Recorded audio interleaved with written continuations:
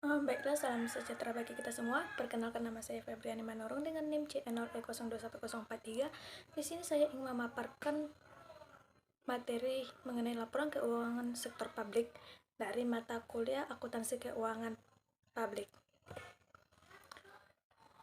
Jadi poin-poin yang akan dipaparkan yaitu yang pertama, teori pelaporan dalam sektor publik, yang kedua, tujuan dan fungsi laporan keuangan sektor publik, yang ketiga, sistem pelaporan keuangan sektor publik, keempat, siklus akuntansi keuangan sektor publik, kelima, teknik laporan keuangan sektor publik, dan keenam, pemakai laporan keuangan sektor publik. Langsung saja yang ke materi yang pertama, yaitu teori pelaporan dalam sektor publik. Dalam organisasi sektor publik ada dua jenis pelaporan yang dikenal, yakni pelaporan kinerja dan pelaporan keuangan. Jadi pelaporan kinerja ini refleksi kewajiban untuk mempresentasikan dan melaporkan kinerja semua aktivitas serta sumber daya yang harus dipertanggungjawabkan. Sedangkan pelaporan keuangan mencerminkan dari posisi keuangan serta transaksi yang telah dilakukan suatu organisasi sektor publik dalam kurun waktu tertentu. Jadi jenis laporan keuangan ini ada 4, di mana yang pertama itu laporan posisi keuangan atau neraca. Laporan posisi keuangan atau disebut juga dengan neraca, yaitu laporan aktiva dan kewajiban. Laporan keuangan yang menyajikan posisi aktiva, hutang, dan modal pemilik pada suatu saat tertentu. Yang kedua yaitu laporan kinerja keuangan atau laporan surplus atau divisi. Laporan kinerja keuangan atau disebut dengan laporan pendapatan dan biaya, laporan rugi laba, laporan operasi adalah laporan keuangan yang menyajikan pendapatan dan biaya selama satu periode tertentu. Dan yang ketiga yaitu laporan perubahan aktiva atau ekuitas neto. Menyajikan total surplus atau divisi neto untuk suatu periode. Pendapatan dan biaya lainnya yang diakui secara langsung sebagai perubahan dalam aktiva atau ekuitas neto, dan setiap kontribusi oleh dan kontribusi kepada pemilik dalam kapasitasnya sebagai pemilik. Yang keempat, laporan arus kas. Menyajikan informasi tentang penerimaan dan pengeluaran dari kas selama satu periode tertentu. Penerimaan dan pengeluaran kas diklasifikasikan menurut kegiatan operasi, kegiatan pendanaan, dan kegiatan investasi. Materi yang kedua yaitu tujuan dan fungsi laporan keuangan sektor publik. Jadi menurut Mardiasmo menyebut tujuan dan fungsi laporan keuangan sektor publik ini sebagai berikut. Yang pertama, kepatuhan dan pengelolaan. Kedua, akuntabilitas dan pelaporan retrospektif. Yang ketiga, perencanaan dan informasi otorisasi. Selanjutnya, kelangsungan organisasi, dan yang terakhir, hubungan masyarakat. Adapun sistem pelaporan keuangan sektor publik ini terbagi menjadi 3 poin, di mana yang pertama yaitu dasar kas atau cash base.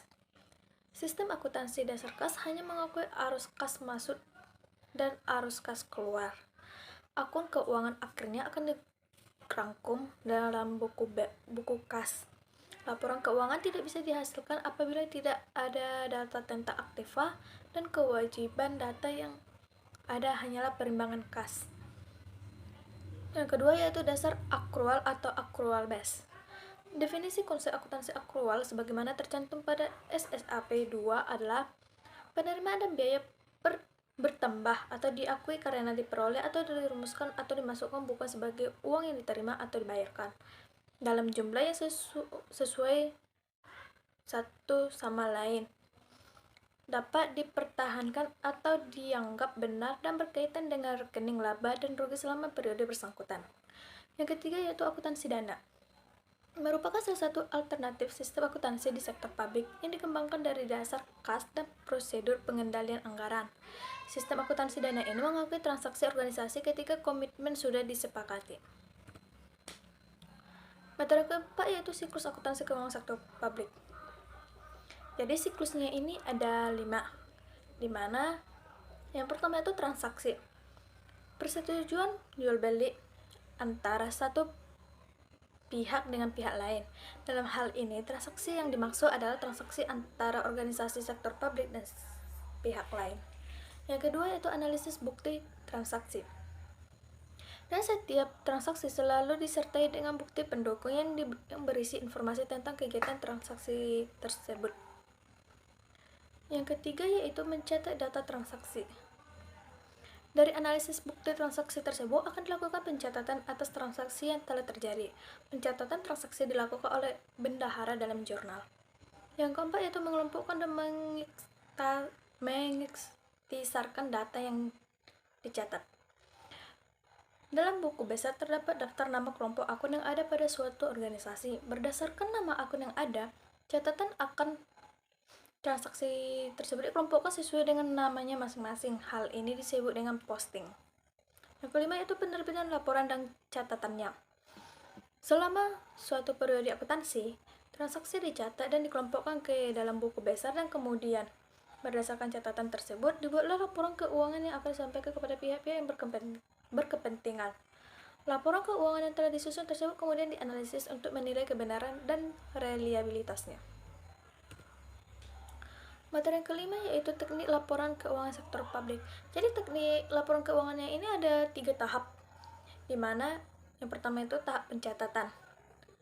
Di tahap pencatatan ini terdiri tahapannya lagi, yaitu kegiatan pengidentifikasian dan pengukuran dalam bentuk bukti transaksi dan bukti pencatatan.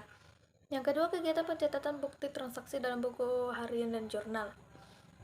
Yang ketiga, memindah bukukan atau posting dari jurnal berdasarkan kelompok atau jenisnya ke dalam akun buku besar. Jadi tahapan yang kedua yaitu tahap pengikhtisaran, di mana juga terdapat tahapan lagi, yaitu penyusunan neraca saldo berdasarkan akun buku besar. Yang kedua, pembuatan ayat jurnal penyesuaian. Setelah itu dilakukan penyusunan kertas kerja atau neraca lajur. Dan yang keempat, pembuatan ayat jurnal penutup. Selanjutnya, pembuatan neraca saldo setelah penutupan. Dan yang terakhir, pembuatan ayat jurnal pembalik. Tahapan yang ketiga yaitu tahapan pelaporan. Di tahapan pelaporan ini ada 2 laporan, di mana yaitu laporan pada unit kerja organisasi dan laporan konsolidasi organisasi.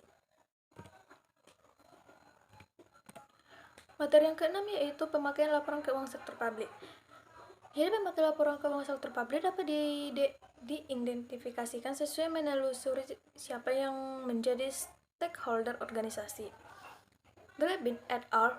Tahun 1981 mengidentifikasikan terdapat 10 kelompok pemakai laporan keuangan, di mana yaitu 10 ini. Yang pertama, pembayaran pajak. Yang kedua, pemberi dana bantuan. Ketiga, investor. Keempat, penggunaan jasa. Kelima, karyawan atau pegawai. Keenam, pemasok. Ketujuh, dewan legislatif. Ke-8, manajemen. 9, pemilih. Dan ke-10, badan pengawas. Jadi sekian dari hasil presentasi untuk kali ini. Jikalau ada tutur kata yang salah dari saya meminta maaf. Akhir kata saya ucapkan terima kasih.